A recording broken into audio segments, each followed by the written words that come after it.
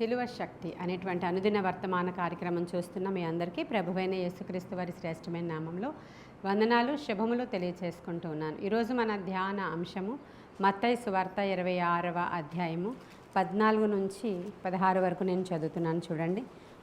అప్పుడు 12 మందిలో నొకడగు ఇస్కరియోతు యోధ ప్రధాన యాజకుల యొద్దకు వెళ్ళి, నేను ఆయనను మీకు అప్పగించిన ఎడల నాకేమి ఇత్తురని వారిని అడిగాను. అందుకు వారు 30 వెండి నాణెములు తూచి వానికి ఇచ్చిరి. వాడప్పటి నుండి ఆయనను అప్పగించుటకు తగిన సమయము కనిపెట్టుచుండెను. మనము ధ్యానం చేసుకుంటున్నాము ఇస్కరియోతు యోధ డబ్బు సంచి గురించి. ఇస్కరియోతు యోధ ఎవరంటే యేసుక్రీస్తు ప్రభు వారి శిష్యులలో 12 మందిలో ఒకడు ఆయన. మరి ప్రభువే సెలెక్ట్ చేసుకున్నారు వీళ్ళందరినీ కూడా. ఈ శిష్యులందరినీ కూడా దేవుడే సెలెక్ట్ చేసుకుని 3.5 సంవత్సరాలు ఆయనతో పాటు పరిచర్యలో ట్రైనింగ్ ఇచ్చారు. ఆయన కూడా తీసుకుని వెళ్ళారు. ఆయన చెప్పిన బోధంతా వీళ్ళు విన్నారు. అంత మాత్రమే కాదు, వాళ్ళని అభిషేకించారు. ఈయన ఇద్దరిద్దరుగా సేవకి పంపించారు. వాళ్ళు ఆ యొక్క గ్రామాలలోనికి వెళ్ళినప్పుడు రక్షించబడిన వారికి యేసయ్య కాదు, వాళ్ళే బాప్తిస్మం ఇస్తూ ఉండేవారని రాయబడి ఉంది. మాట చూద్దామా? యోహాను సువార్త 4వ అధ్యాయం 3వ వచనం. అయినను యేసే బాప్తిస్మం ఇయ్యలేదు కానీ ఆయన శిష్యులు ఇచ్చుచుండేరి. అవునా కదా? యేసయ్య బాప్తిస్మాలు ఇవ్వలేదు, ఆయన ఇవ్వలేదు కానీ ఆయన శిష్యులు బాప్తిస్మాలు ఇస్తున్నారు. ఈయన కూడా ఒకడు కదా. అందులో పరిచర్యకి వెళ్ళినప్పుడు అక్కడ వాళ్ళు రక్షించబడిన వాళ్ళకి యేసయ్య శిష్యులు బాప్తిస్మాలు ఇస్తున్నారు. మళ్ళా దయ్యాలను వెళ్ళగొడుతున్నారు, తరువాత స్వస్థతలు చేస్తున్నారు, వాక్యాన్ని ప్రకటిస్తున్నారు, అన్నీ చేస్తున్నారు వీళ్ళందరూ. వాళ్ళల్లో మన యోధా గారు కూడా ఉన్నారు. ఇప్పుడు మనం చదివిన అంశం ఏంటంటే, ఆయనని అప్పగిస్తే నాకు మీరు ఏమిస్తారు అని అడిగాడు. వెళ్ళి ప్రధాన యాజకుల దగ్గరికి వెళ్ళి అడిగినప్పుడు వాళ్ళు అన్నారు, అందుకు మేము 30 నాణేలు తూచి ఇస్తామనగానే, అయితే ఎప్పుడైతే అది విన్నాడో అప్పటి నుంచి ప్రభువుని అప్పగించడానికి అతడు సమయం కోసం కనిపెట్టుకుని ఉన్నాడు అని రాయబడి ఉంది.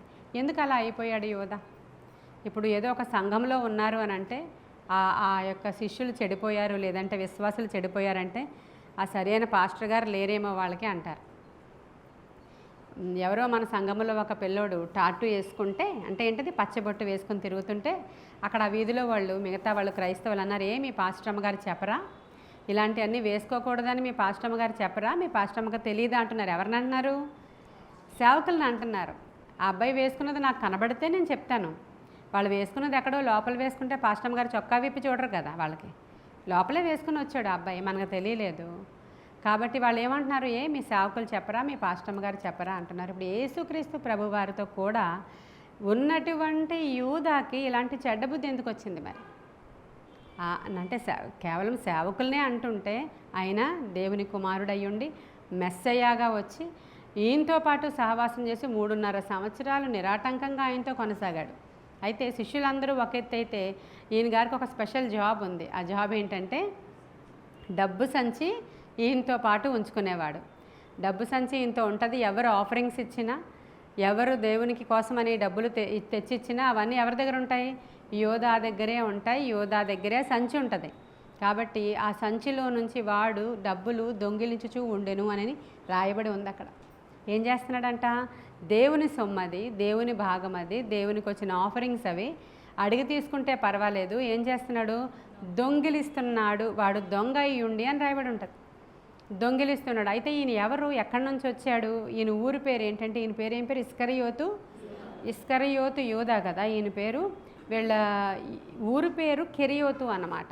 వీళ్ళ ఊరి పేరు కెరియోతు, ఈయన పేరు యోధా. ఇస్కరియోతు అని పిలవడం అనేది ఊరి పేరుతో పిలవడం. నజరేతు వాడైనటువంటి యేసు. ఇస్కరియోతు యోధా అంటే వాళ్ళ ఇంటి పేర్లు కాదవి, ఊరు పేర్లు. సమరయ స్త్రీ, వాళ్ళందరికీ కూడా ఊరు పేర్లతో పిలుస్తూ ఉన్నారు అక్కడ. ఈయన కెరియోతు అనేటువంటి ఊరు వాడంటే, వీళ్ళ ఇంట్లో వాళ్ళ ఫాదరు వాళ్ళందరూ కూడా వ్యాపారస్తులే. ఒక మంచి ధనవంతుల కుటుంబంలో నుంచే వచ్చాడు ఈయన. మిగతా శిష్యులందరూ ఒక ఎత్తు అయితే యోధా ఒక ఎత్తు. ఎందుకంటే మిగతా వాళ్ళందరూ గ్రామాలకి సంబంధించిన వాళ్ళు. ఈయన పట్టణంలో నుంచి వచ్చాడు. ఈయన కొంచెం జ్ఞానం ఉంది, చాలా జ్ఞానం ఉంది. ఈ రోజుల్లో డబ్బులు అందరికీ ఉంటాయి. దాన్ని ఎలా దాచుకోవాలి, ఎలా ఖర్చు పెట్టాలి, ఏ బ్యాంకుల్లో ఉంచాలి, ఏ కార్డులతో ఎలా తీయాలి, ఏమి ఆపరేటింగ్ ఎలా చేయాలి, పేటీఎం, జీటీఎం ఏవేవో ఉంటాయి కదా. ఇవన్నీ కూడా డబ్బులున్నా కూడా మనకు తెలియదు. ఎందుకంటే చాలా సందర్భాల్లో మనకు అంత నాలెడ్జ్ పెంచేది. ఇప్పుడు చదువుకుంటున్న పిల్లలు, ఇప్పుడున్న పిల్లలు, లేదంటే కొంతమంది ఇలాంటి నాలెడ్జ్ ఉన్న వాళ్ళందరికీ ఇది చాలా బాగా వచ్చేస్తూ ఉంటాయి అవన్నీ కూడా. ఏమనంటే అవన్నీ మాకు రావు, నా దగ్గర డబ్బులున్నా ఇచ్చేస్తాను, అది ఆపరేట్ చేయడం నాకు రాదు అంటూ ఉంటాం మనలో చాలామంది. ఎందుకని? మనకి ఇంకా అంత జ్ఞానం లేదు, వీళ్ళకి జ్ఞానం వచ్చింది, ఈ టైప్ ఆఫ్ జ్ఞానం ఉంది. అలాంటి వాడు మన యోధ. వీళ్ళందరికీ అంత జ్ఞానం లేదు, ఈయనకి డబ్బుల యొక్క క్యాలిక్యులేషన్స్, ఈ ఆపరేటింగ్లు, ఈ డబ్బుల్ని దాచడాలు, తీయడాలు, ఉంచడాలు, లెక్కలేయడాలు ఇవన్నీ ఈయనకి బాగా వచ్చు కాబట్టి ఆయనకి దానికి ఇంట్రెస్ట్, అది చాలా ఇంట్రెస్ట్ ఆయనకి. కాబట్టి ఆయన దాని మీద ఎప్పుడూ లెక్కలేస్తూ ఉంటాడు. ఒక సందర్భంలో యోహాను సువార్త 12వ అధ్యాయంలో తెరవండి. యోహాను సువార్త 12వ అధ్యాయం 3వ వచనం నుంచి చూద్దాం. మరియు మిక్కిలి విలువగల అచ్చ జటామాంసి అత్తరు ఒక సేరున్నర ఎత్తు తీసుకుని యేసు పాదములకు పూసి తన తల వెంట్రుకలతో ఆయన పాదము తుడిచెను. ఇల్లు ఆ అత్తరు వాసనతో నిండెను. ఆయన శిష్యులలో ఒకడు, అనగా ఆయనను అప్పగింపనయ్యున్న ఇస్కరియోతు యోధ, ఈ అత్తరెందుకు 300 దేనారములకు అమ్మి బీదలకు ఇయ్యలేదనెను. వాడు ఇలాగు చెప్పినది బీదల మీద శ్రద్ధ కలిగి కాదు గాని, వాడు దొంగయ్యుండి తన దగ్గర డబ్బు సంచి ఉండినందున అందులో వేయబడినది దొంగిలుచుచూ వచ్చెను గనుక అలాగూ చెప్పాను. చూసారా, నేను చెప్పిన మాటలు ఇక్కడ ఉన్నాయా? మన నోటితో ఊరికనే దొంగ అని అనలేదు ఆయన్ని. ఎవరు రాశారు? యోహాన్ గారు రాసేశారు అలాగా. ఈ మిగతా శిష్యులు ఎవరికి కూడా వాడు వీడు అని ఎవరు కూడా ఎక్కడ కూడా రాయబడి లేదు. తప్పులు, అపరాధాలు, మనకున్నటువంటి బలహీనతలు మన స్థాయిని దిగజార్చేస్తాయి. చూస్తున్నారా? ఇంకా మిగతా శిష్యుల్ని వాడు వీడు అని రాయడం ఎక్కడైనా చూసారా మీరు? యోహాన్ ఏకంగా వాడు దొంగ అలా రాసేశారు. లోక అతను ద్రోహి అని రాసేస్తాడు. యేసుక్రీస్తు ప్రభువారు అతడు అపవిత్రుడు అని మాట్లాడేశారు. కాబట్టి ఇతని గురించి ఎలా రాయబడిపోయిందో చూడండి. ఎందుకని అని అంటే, డబ్బు మీద వ్యామోహం అతనికి అంత పెద్ద ఉపద్రవాన్ని తీసుకొచ్చింది. చిన్న విషయం కాదు ఇది, చిన్న విషయం కాదు. అతనికి డబ్బు పిచ్చి ఉంది బాగా. డబ్బులు సంపాదించాలి, డబ్బులు. చాలామందికి పిచ్చి ఉంటుంది. అది పిచ్చి కాదనుకుంటారు, అది పెద్ద విషయం కాదు అనుకుంటారు. అవును, డబ్బులు సంపాదించుకోకపోతే ఈ రోజుల్లో ఎలా బ్రతుకుతాం పాస్టర్ అమ్మగారు? ఇప్పుడు 4 డబ్బులు నేను వెనకేసుకున్నాను కాబట్టి ఈరోజు మీరు అడిగితే ఇచ్చాను నేను అనేటువంటి ఆలోచనతో చాలామంది ఉంటూ ఉంటారు. అలా అని వెనకేసుకోవడం తప్పని నేను చెప్పట్లేదు. అవి లేకపోతే మానవ జీవితం చాలా కష్టం. ధనవంతుడిగా ఉండడం తప్పు కాదు, కానీ నీ మనసంతా ధనం మీద ఉండడం చాలా తప్పు. మన అవసరతల కొరకు ధనాన్ని వినియోగించుకోవచ్చు, కానీ ధనము కంటే దేవుడు గొప్పవాడని నమ్మాలి. మన ధనము కంటే దేవుని పని గొప్పదని మనము ఎంచాలి. ఈ లోకానుసారమైనటువంటి ధనము చిమ్మెట కొట్టేస్తుంది, చెద తిని వేస్తుంది. కానీ పరలోకంలో మనము ధనము కూర్చుకుంటే అది చాలా ప్రశస్తమైనదని. మొదట ఆయన నీతి కొరకు, ఆయన రాజ్యము కొరకు నువ్వేదైనా సరే చేయాలి. కాబట్టి ఇక్కడ ఇతడు ధనము, డబ్బులు పిచ్చి ఇతనికి, కాబట్టి ఆ పోస్ట్ తీసుకున్నాడు. ఇప్పుడు ఇక్కడ యోహాన్ ఏమని రాశాడంటే, వాడికి బేదల మీద ఉన్న శ్రద్ధ కానే కాదు, కానీ అది ఎంత కమ్మితే ఎంత వస్తుందో లెక్కలు ఎలా వేస్తున్నాడో చూసారా లోపల. ఆమె తెచ్చినటువంటి అత్తరు ఏం తెచ్చిందో, అది ఏమి అత్తరో, అచ్చ జటా మాంసి దాని విలువెంతో, దానిని అమ్మితే ఎంత వాళ్ళ వెల వస్తుందో, ఆ వెల వస్తే ఎంతమందికి చేయొచ్చో క్యాలిక్యులేషన్. కొంతమందికి మిగతావి ఏమీ రావు, డబ్బులు లెక్కలు వేయమంటే. అంటే దాని మీదే ధ్యాస అంతా, ఇంకా దాంతోనే పని అంతా. మిగతావి ఏమి రావండి, ఏమి నాలెడ్జ్ ఉండదు మిగతాది. కానీ డబ్బు లెక్కలు వేయమంటే డబ్బు. అది చాలా చిన్నది అనుకుంటున్నారు, కానీ ధనాపేక్ష సమస్త కీడులకు. తిమోతికి రాసిన పత్రిక తెరుద్దాం, ఆ మాటలు చూద్దాం ఒకసారి. మొదటి తిమోతికి రాసిన పత్రిక 6వ అధ్యాయము 8వ వచనం చూద్దాం. మనం ఈ లోకములోనికి ఏమీ తేలేదు, దీనిలో నుండి ఏమీ తీసుకుని పోలేము. కాగా అన్నవస్త్రములు గలవారమై ఉండి వాటితో తృప్తి పొంది ఉందము. ధనవంతులగుటకు అపేక్షించి వారు శోధనలోను, ఉరిలోను, అవివేకయుక్తములకు హానికరములనైన అనేక దురాశలలోనూ పడుదురు.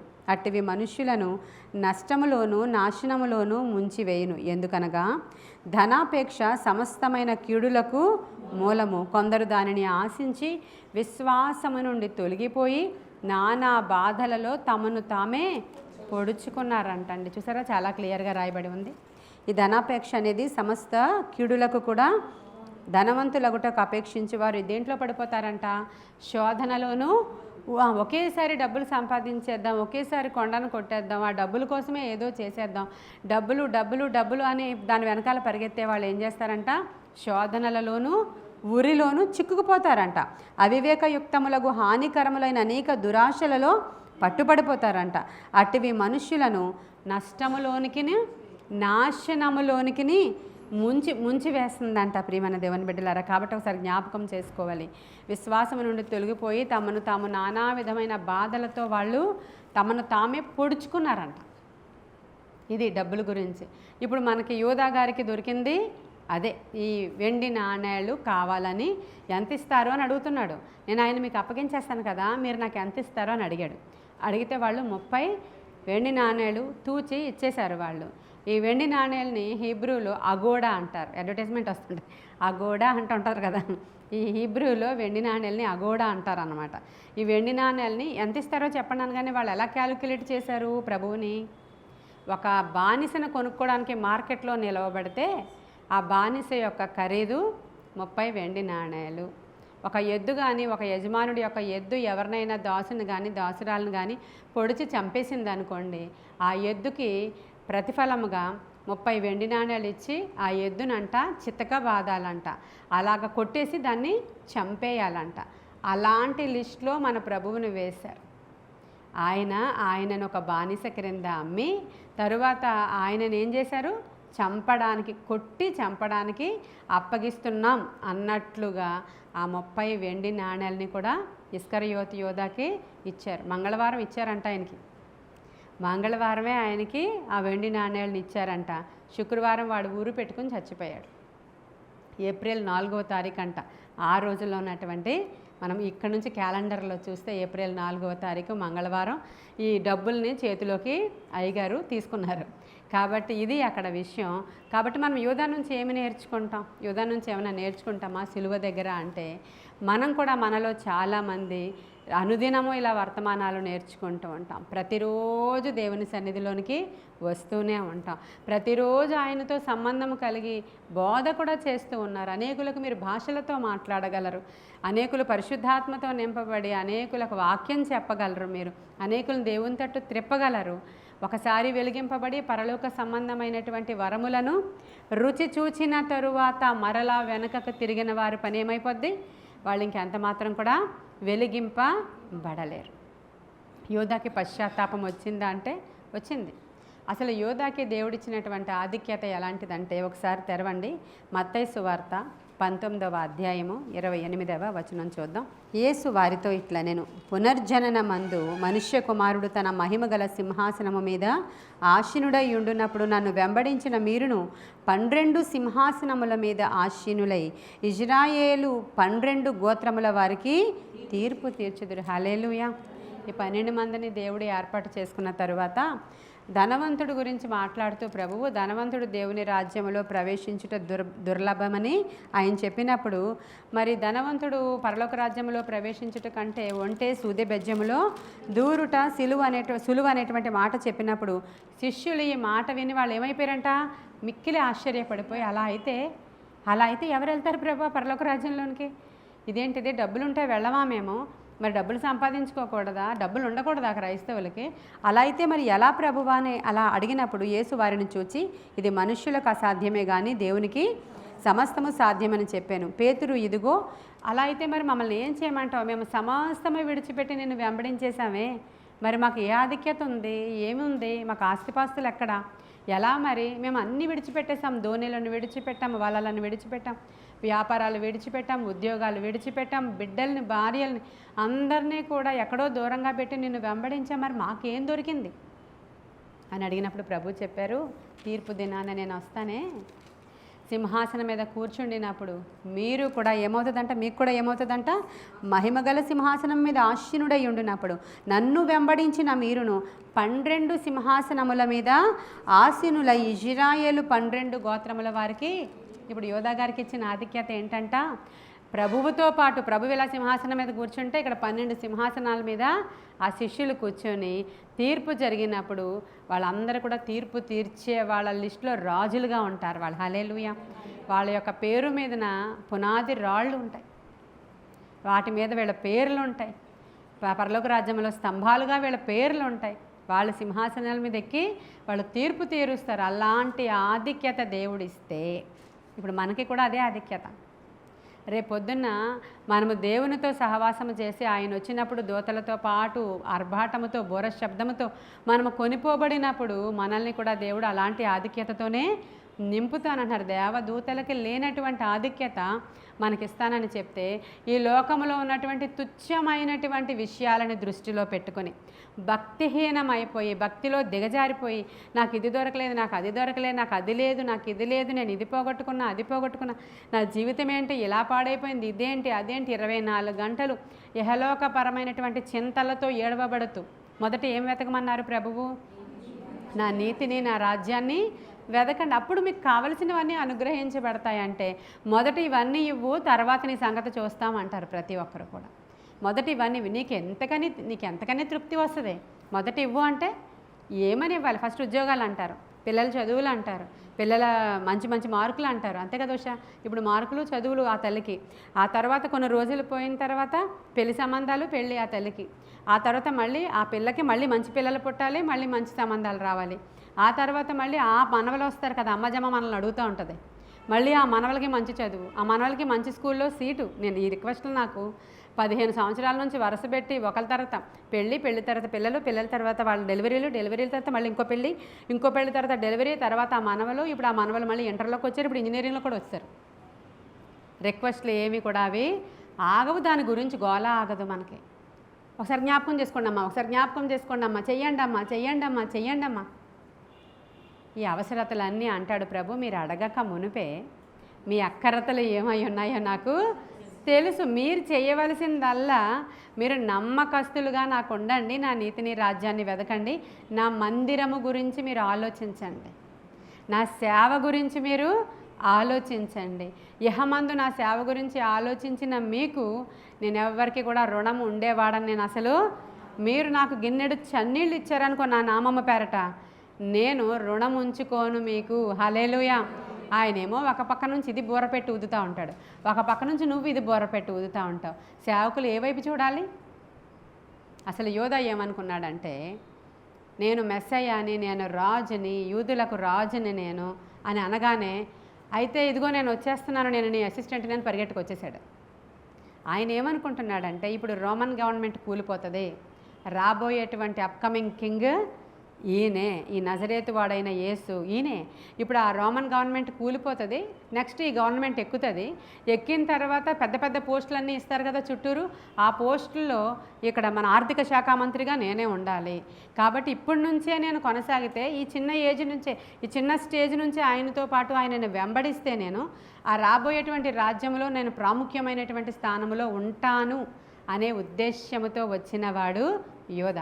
ఈరోజు చాలామంది క్రైస్తవ్యంలోనికి దేవుడి దగ్గరికి వస్తే నాకు ఇల్లు వస్తుంది, నాకు బిడ్డలు పుడతారు, నాకు అప్పులు పోతాయి, నాకు జబ్బు పోతుంది, మాకు పెళ్ళిళ్ళు అయిపోతాయి, దేవుని సన్నిధిలోనికి రోజు రావడం వల్ల ఇవన్నీ జరిగిపోతాయి అని వస్తుంటారు చాలామంది. ఆ తర్వాత కొన్ని రోజులకి జరగలేనప్పుడు, ఏమీ లేదు, ఈ పాస్టమ్మ గారు మామూలుగా ఎన్నో రోజుల నుంచి చేస్తున్నారు కానీ నాకేం జరగలేదు, మీకు ఏమైనా జరిగిందా? అప్పుడు మీరు చెప్తారు, ఆ మాధురి గారు అంటారు, లేదండి నేను వస్తున్నాను కానీ అలా రోజు ఏడుస్తూనే ఉంటాను. అవునా, మీకు జరగలేదా? సరే, మీకు తెలుసా, ఇప్పుడు మన సిటీలోకి ఇంకో పాస్టర్ గారు వస్తున్నారు, వాళ్ళు ఇలా ప్రవచిస్తారు, వాళ్ళు ఇలా ప్రార్థన చేస్తారు, మీరు వస్తారా? సాయంకాలం తీసుకెళ్తాం. అప్పుడు మాధురి గారు అడుగుతారు, అలా అడిగితే అలాగా, వస్తాను. మన లిల్లీ గారు కూడా అలాగే అన్నారు, వాళ్ళ అమ్మగారికి ఎక్కడో హీలింగ్కి పంపించాలని. వాళ్ళ అమ్మగారి కోరిక, ఆవిడ కోరిక కాదు. టీవీలో చూసారంట, యూట్యూబ్లో చూసారంట, ఆ పాస్టర్ గారి దగ్గరికి వెళ్తే అందరూ లేచి పరిగెట్టేస్తున్నారంట, స్వస్థతలు జరిగిపోతున్నాయంట. కాబట్టి అక్కడికి వెళ్ళాలని అమ్మ చాలా కోరుకుంటుంది, కొంచెం ప్రార్థన చేయండి పాస్టర్ అమ్మగారు. సరే ప్రార్థన చేద్దాం. చేసిన తర్వాత ఇంకా పోన్లే, ఆవిడ కోరిక అలా ఉన్నట్లుంది, ఆయన దగ్గర తీసుకెళ్ళండి, పోనీ ఎక్కడ విశ్వాసం పనిచేస్తుందో అక్కడ అవుతుంది, నో ప్రాబ్లం అన్నాను నేను. సరే అని చెప్పి ఫోన్ చేశారంట అక్కడికి. చేసినప్పుడు అలాగా పేషెంట్ ఎక్కడ తీసుకొస్తారా అని అడిగారంట వాళ్ళు. అంటే మరి ఫోన్లో ప్రేయర్ చేయండి అని అంటే, ఫోన్లో ప్రేయర్ చేయాలంటే మొదటగా 12,000 డిపాజిట్ చేయండి అన్నారు. మొదటగా మీరు 12,000 డిపాజిట్ చేయండి, అప్పుడు ఫోన్లో కాంటాక్ట్ చేస్తాము, ప్రార్థన చేస్తారు, మా సార్ అప్పుడు లైన్లోకి వస్తారు. మరి ఇంక దగ్గరికి వెళ్ళి ఆయన చేత చేపెట్టించుకోవాలంటే మరి ఎన్ని వేలో తెలియదు. అంటే సామాన్య ప్రజలకి స్వస్థత అందుబాటులో లేదా? మీరు ఉచితముగా పొందారు, ఉచితముగా ఇవ్వండి. హల్లెలూయా. మన దగ్గరికి ఎవరైనా వస్తామంటే నేను ఫస్ట్ ఏం చెప్తాను, మీరు రావాల్సిన అవసరత లేదండి, ఇంత దూరం రావడం ఎందుకు, ఫోన్లో ఇదిగో కనెక్ట్ చేస్తారు వీళ్ళు, నేను స్వస్థత ప్రార్థన మీకు చేస్తాను, మీరేమీ పంపించాల్సిన అవసరత మనకి లేదు, మీకు స్వస్థత అయితే చాలు అనేది మనం మాట్లాడుతున్నాం. అప్పుడు వాళ్ళు అంటారు, మీకు మినిస్ట్రీలో చాలా డబ్బులు ఎక్కువైపోయినాయి కాబట్టి తీసుకోవట్లేదేమో. మామూలుగా అయితే మరి ఆఫరింగ్స్తోనే కదా సంఘము నడవాలి, మరి కానుకలతోనే కదా మరి దేవుని యొక్క ఆలయ పనులు, మరి సేవకుల యొక్క పోషణ జరగాలి అనే మాట చెప్తూ ఉన్నారు వాళ్ళు. అది సంఘము ద్వారా జరుగుతుంది కదా, అది ఏ సంఘం అయితే దేవుడు అప్పగించారో సంఘం ద్వారా జరుగుతుంది. వాళ్ళు ప్రేరేపించబడి వాళ్ళకి కృతజ్ఞతార్పణ చెల్లించుకోవాలని మనసులో అనిపించి వాళ్ళు ఎంత ఇస్తారో అది వాళ్ళ ఇష్టం, వాళ్ళు పొందుకుంటారు. అది ఇక్కడ నీకు 12,000 నువ్వు ఫస్ట్ ఆ బ్యాంకులో వేస్తే, వాళ్ళకి వేస్తే 12,000 పడ్డాయో లేదో చూసుకున్నాక పాస్టర్ గారు లైన్లోకి వస్తారు. ఇప్పుడు ఇలా ఉంది మన ప్రస్తుతం రోజుల్లో, ఇలా పరుగులు పెడుతున్నాం. ప్రభు అంటున్నాడు, నేను ఇచ్చిన రక్షణ ఉచితము, నేను ప్రతి ఒక్కరికి ఏ పక్షపాతం కూడా లేకుండా స్వస్థపరిచేవాడని. నేను ఎవరైతే అబ్బా తండ్రి అని నాకు మొర్ర పెడతారో వారి పక్షముగా నేను వారి విజ్ఞాపనలు వింటాను. వారి నా తట్టు తిరిగితే నేను వారి తట్టు తిరుగుతాను. వారు ఏ పొలంలో నాటబడ్డారో ఆ సేవకులకు వాళ్ళు నమ్మకస్తులుగా ఉండి వాళ్ళు ఆరాధన చేసినప్పుడు ఆరాధనలోనే నేను అద్భుతాలు చేస్తాను. ఒక చోట కదా నీవు నాటబడాలి, ఒక చోట కదా నీవు విశ్వాసముతో ఉండాలి. కానీ ఇంకా మంచి సేవకులు వచ్చారు, వాళ్ళు మంచి వాళ్ళు అంటే వెళ్ళి వాక్యం వినడంలో ఎంత మాత్రం కూడా తప్పులేదు, వెళ్ళొచ్చు. ఏ మీటింగ్ జరిగినా వెళ్ళొచ్చు మీరు. అలా అని పాస్టర్ గారు ఇక్కడే స్టిక్ చేస్తున్నారేమో అని ఎవరు అనుకోకూడదు. నేను ఇంకా మన వాళ్ళకి చెప్తాను, వెళ్ళి చూసిరండి ఎలా ఉందో, ఏమైనా మంచి వాక్యం ఎత్తబడుతుందా, ఏమైనా మంచిగా ఉందా, మన దగ్గర లేనిది ఇంకా మంచిగా ఆపరేటింగ్ అక్కడ ఏమైనా జరుగుతుందా, మనం ఇంకా నేర్చుకోవాల్సింది ఏమైనా ఉందా, వెళ్ళి రండి అని నేను పంపిస్తాను. నేను వెళ్ళమంటాను, నేను మన పిల్లల్ని వెళ్ళమంటాను, మ్యూజిక్ ఎలా ఉందో చూడండి అక్కడ, మన పెద్దవాళ్ళని వెళ్ళమంటాను, నేను చూసిరండి, ప్రాబ్లం ఏమీ లేదు. అంతే, అది జనరల్గా చూడడానికి వెళ్ళరు. నిజంగా అక్కడ ఏమైనా ఉంటే ఫలాన్ని పొందుకోండి. ఆ సేవకుడు ఇంకా అంత మంచి అభిషేకించబడిన వాడంటే ఆయన దగ్గర నుంచి వచ్చినటువంటి ఆ తలాంతు అభిషేకాలు పొందుకోవడంలో ఏ తప్పు కూడా లేనే లేదు. కానీ వాళ్ళు ఊహించి ఆశించి వచ్చింది ఏంటంటే అక్కడికి వెళ్ళి నేను ఆర్థిక శాఖ మంత్రిగా వెరీ నెక్స్ట్ మూమెంట్ పోస్టింగ్లో ఉంటాను. 1 సంవత్సరం అయిపోయింది. ఆయన అంటారు, రండి కత్తులు గుదియలు తీసుకుని వెళ్దాం అని అంటలేదు ఆయన. ఒక చెంప మీద కొడితే ఇంకో చెంప చూపించాను అంటున్నాడు ఈయన. ఇదేంటిది, ఈయనేమో యుద్ధం చేస్తాడు, నేనేమో రోమన్ గవర్నమెంట్ వాళ్ళతో యుద్ధం వస్తుంది, యుద్ధం చేస్తాడు, ఈయన నెగ్గేస్తాడు, ఈయనే రాజు అయిపోతాడు, మాకు ఆ పౌరసత్వం వచ్చేస్తుంది అని నేను అనుకుంటుంటే మీరు ఎవరికి హాని చేయొద్దు అంటాడు ఒక పక్క. ఒక చెంప మీద కొడితే ఇంకో చెంప చూపించండి, 2 అంగీలు ఉన్నాయా, ఒక అంగీ ఇచ్చే అంటాడు ఈయన. ప్రేమ ప్రేమ ప్రేమ అంటాడేంటి ఈయన, నాకేమి తోచట్లేదు. వాక్యం చెప్పినప్పుడు వింటూ ఉన్నప్పుడు ఏమనిపిస్తుంది, మిగతా శిష్యులకి లోపలికి వెళుతుంటే ఈ యొక్క యోధాకి ఇక్కడే ఉండిపోతుంది. రోజు ఇదే బోధ, ఇంకెంతసేపు ఇదే బోధ, ఇంకేమన్నా చెప్పు ఇంకేమన్నా చెప్పు.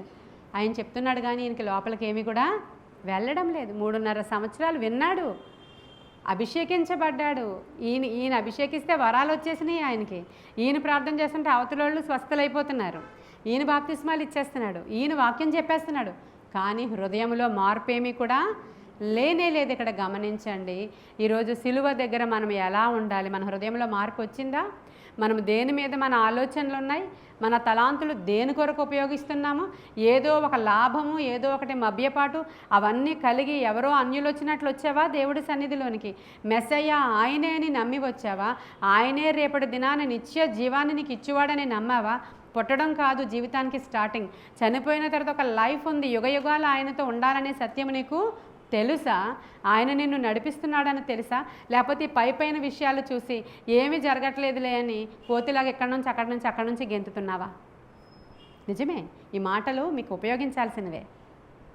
కాబట్టి ఏం చేద్దాం, నిజంగానే ఆయన అదే ఆలోచించి ఇంకెంతకీ ఏమీ ఈయనతో ఉపయోగం లేదు, వాళ్ళందరూ కొడుతుంటే ఈయన దాక్కుని పారిపోతున్నాడు, ఈయన పట్టుకుందామని వస్తే యెరూషలేము దేవాలయం నుంచి దాక్కున్నాడేంటి ఈయన రాజు అంటున్నారు కదా, మెస్సయ్య అంటున్నాడు కదా, రాబోయేటువంటి ప్రభుత్వం అంటున్నాడు కదా, ఈయనకి రాజ్యం లేదా, ఈయన వెనకాల సేనా వ్యూహాలు ఏమీ లేవా, ఈయనకి వెనకాల ఎవరు కూడా సపోర్ట్ లేరా, లేరే, నిజంగానే లేరు, ఎవరు లేరు, దాక్కుంటున్నాడేంటి వాళ్ళు వచ్చినప్పుడు ఈయన, మళ్ళీ వెళ్ళి ప్రార్థన చేసుకుంటాడు, భయపడుతున్నాడేంటి ఈయన, నాకు నచ్చలేదు. కాబట్టి లాభం లేదు.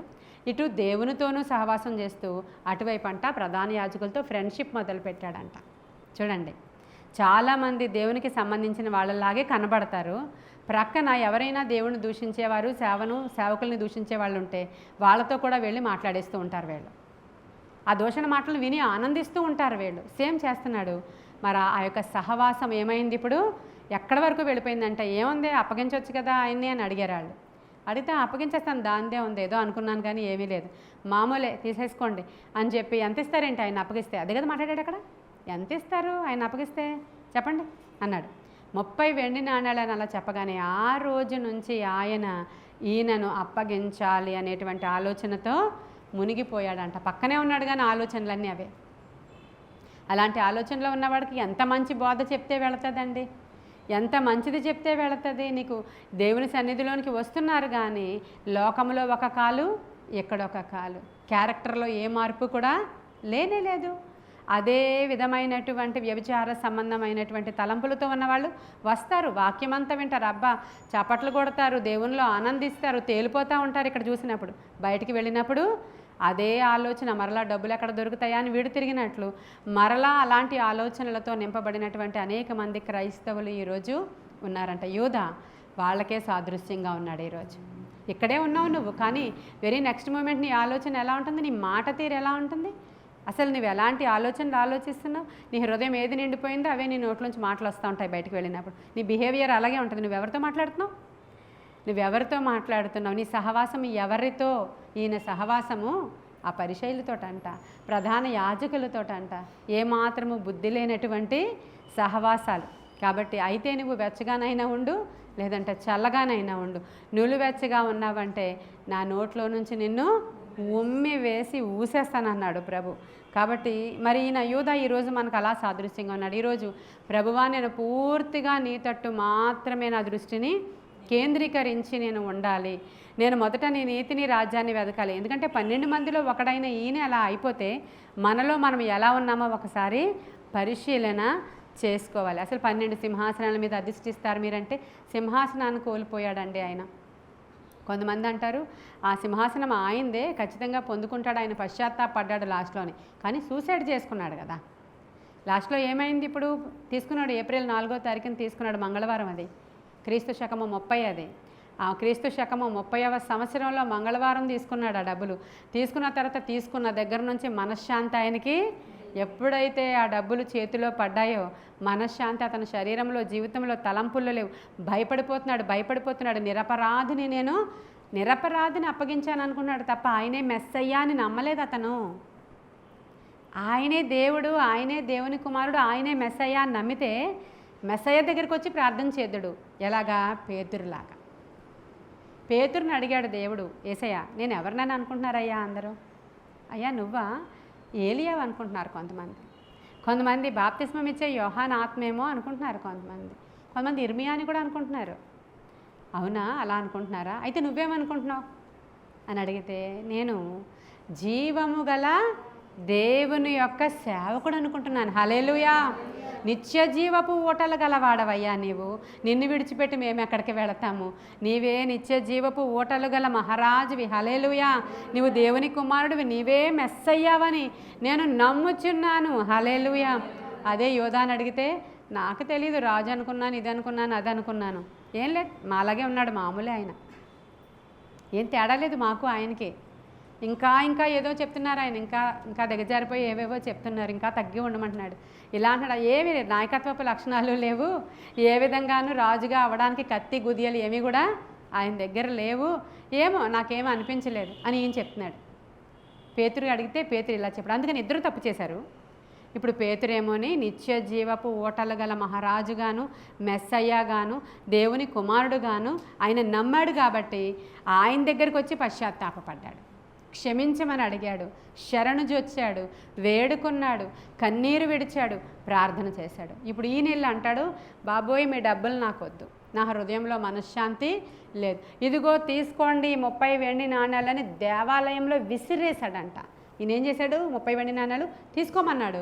వాళ్ళన్నారు, ఈ సొమ్ము మాకెందుకు, ఆ బానిస నమ్మిన సొమ్ము, ఆ డబ్బులు అపవిత్రం, మేము అసలు ముట్టుకోమన్నారు. వాళ్ళన్నీ అలాంటి ఆచారాలు వ్యవహరించేటువంటి ప్రధాన యాజకుల ఆ డబ్బులు అపవిత్రం, బానిస నమ్మిన డబ్బులు అవి మాకొద్దు అంటే ఆ మందిరంలో విసిరేసి వెళ్ళిపోయాడంట.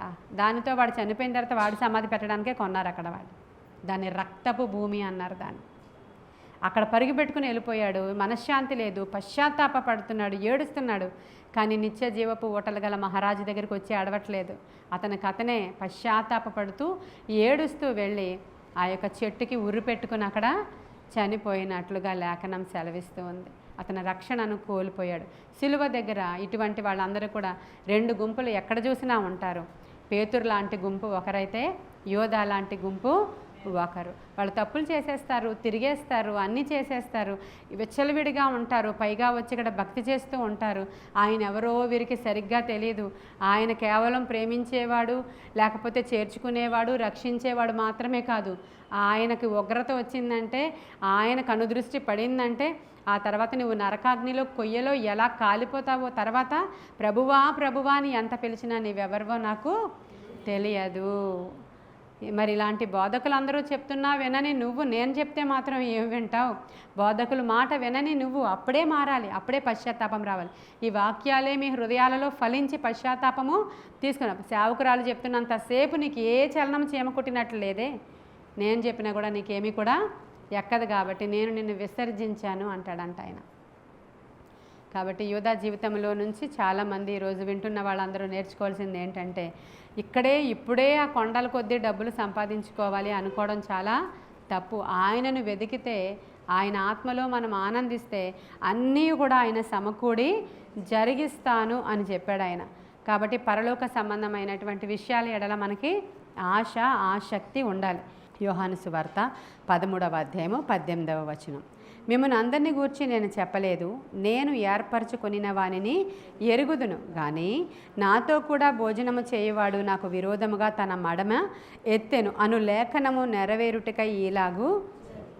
ఇప్పుడు ఎందుకు ఇలా జరిగింది యోధా విషయంలో మనం ఆలోచన చేస్తే, ఇతను ఒక్కడి దగ్గరికే ఈ యొక్క సాతాను ప్రవేశించిందంట. లూకాసు వార్త 22:3 చూడండి అమ్మ ఒకసారి. అంతటా 12 మంది శిష్యుల సంఖ్యలో చేరిన ఇస్కరియోతు యోధా అనబడిన యోధాలో సాతాను ప్రవేశించెను గనుక వాడు వెళ్ళి ఆయనను వారికి ఎలాగో అప్పగింపవచ్చునో దానిని గూర్చి ప్రధాన యాజకులతోనూ అధిపతులతోనూ మాటలాడిన. అందుకు వారు సంతోషించి వానికి ద్రవ్యమియ్య సమ్మతించిరి.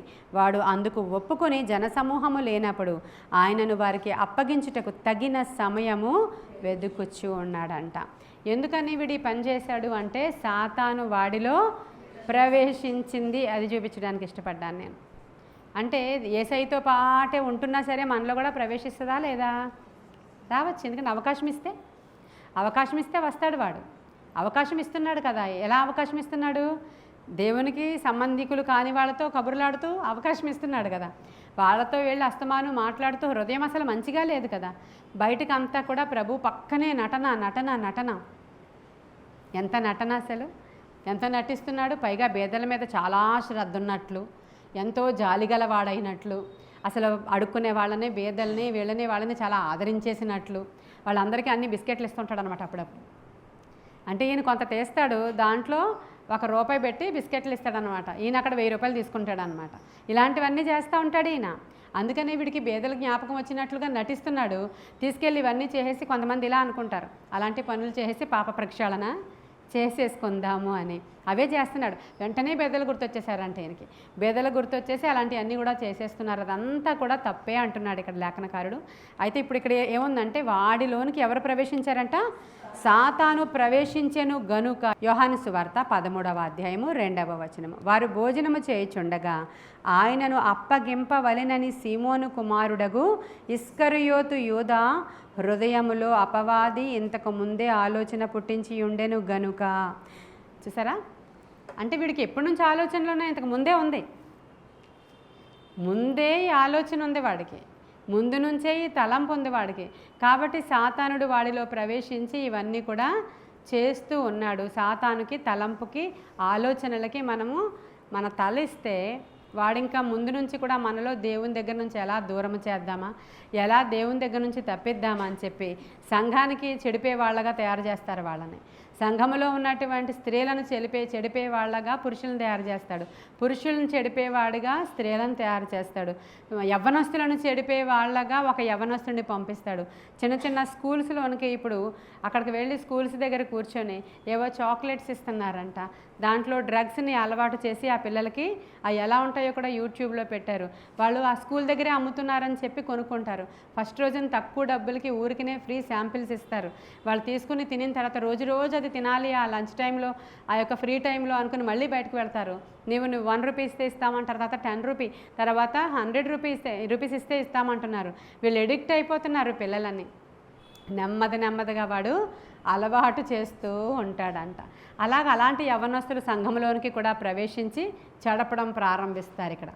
అప్పుడు ఒక్క యవ్వనస్తుడి వల్ల, కోరహు వల్ల వాళ్ళందరూ కూడా ఎంతమంది అండి, 250 మంది ఆయన పక్షానుగా వెళ్ళిపోయి ఆ నెర విడిచి దాంట్లోనికి పోయి వాళ్ళు చచ్చిపోయారు. అలాగ యవ్వనస్తులను చెడపడానికి ఒకడొస్తాడు, వాడిలో సాతానుడు ప్రవేశించాడని గుర్తెరిగిన వెంటనే మన పిల్లలను మనము జాగ్రత్త చేసుకోవాలి, మన ఆడవాళ్ళను మనము జాగ్రత్త చేసుకోవాలి, మన మగవాళ్ళని మనము జాగ్రత్త చేసుకోవాలి, వాళ్ళకి చెప్పుకోవాలి. ఇలాంటి వాళ్ళు ప్రవేశించినప్పుడు సంఘానికి ఎంత యేసయ్య దగ్గరే ప్రవేశించారు. కాకపోతే ఇక్కడ ఒకటి, లేఖనాల యొక్క నెరవేర్పు జరుగులాగున ఈ విధముగా వాడి విషయంలో అలాగనే జరిగింది. వీడు పుట్టకపోయి ఉంటే బాగుండు, వీడు అపవిత్రుడు అనేటువంటి మాటను కూడా దేవుడు అతడి కొరకు మాట్లాడాల్సినటువంటి దుస్థితి వచ్చింది.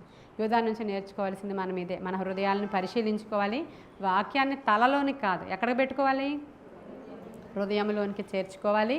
ఈ లోకములో ఈ ధనాశ సమస్త కీడులకు మూలము. ఈ లోకములో వట్టిగా వచ్చాము, వట్టిగానే వెళ్ళిపోతాము, మనమేమి తీసుకుని వెళ్ళము. కాగా అన్న వస్త్రములు గలవారమై తృప్తిగా మనము జీవించడానికి అవసరమైన కృప మీరు మాకు ఇవ్వండి అని అడగాలి తప్ప ఆ డబ్బులు సంపాదన కోసం రకరకాల అడ్డదారులు గడ్డి తినడానికి వీలు లేదు అని ఈ యోధా వల్ల మనకి తెలుస్తుంది. మనం ఈరోజు మరొకసారి పశ్చాత్తాపంతో, ప్రభువా నన్ను ఏ ఉద్దేశంతో పుట్టించావో, ఖచ్చితంగా సాతానుకు నేను చోటు ఇవ్వకూడదు, అపవాదికి నేను చోటు ఇవ్వకూడదు.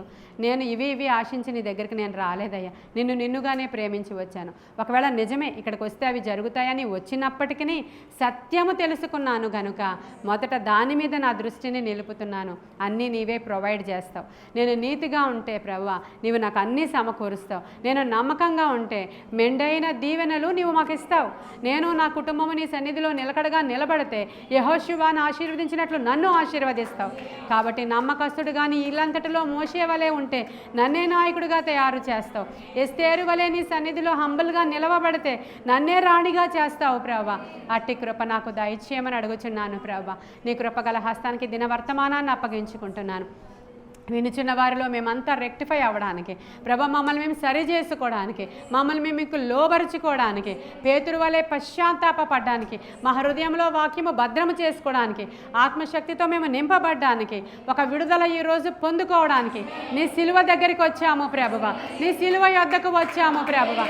మేము ఏ విషయాలలో నిన్ను అప్పగించేస్తున్నామో తండ్రి.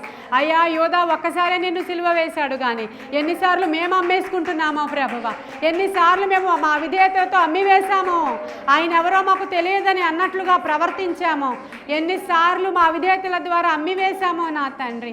యేసు నామంలో ప్రతి విధమైనటువంటి నాయన నా తండ్రి మా విధేయతల నుంచి మమ్మల్ని విడిపించమని, మమ్మల్ని విడిపించు తండ్రి, మమ్మల్ని విడిపించి ఈరోజు ప్రభా ఎందుకు నిన్ను వెంబడిస్తున్నామో, నిత్య జీవపు మాటలు గలవాడైన నిన్ను విడిచి మేము ఎక్కడికి వెళతామని పేతురు అన్నట్లుగా మా భక్తి జీవితాన్ని ఈరోజు రెక్టిఫై చేసుకుంటున్నాము. మరొకసారి నీ వైపు చూస్తున్నాము. మొదట మా దేవుని యొక్క నీతి రాజ్యమే మాకు కావాల్సింది. అట్టి కృప మాకు దయచేయమని, లోబడే మనసును మాకు దయచేయమని నీ కృపగల హస్తానికి మమ్మల్ని మేము అప్పగించుకుంటూ నజరేయుడైన యేసయ్య శ్రేష్ఠ నామంలో మా ఈ ప్రార్థనలన్నీ నీ సన్నిధికి చేర్చుకుని జవాబు దయచేయమని మిక్కిలి వినయముగా అడిగి ప్రార్థించి వేడుకొని పొందుకొని ఉన్నాము మా ప్రియ పరలోకపు మా తండ్రి. God bless you.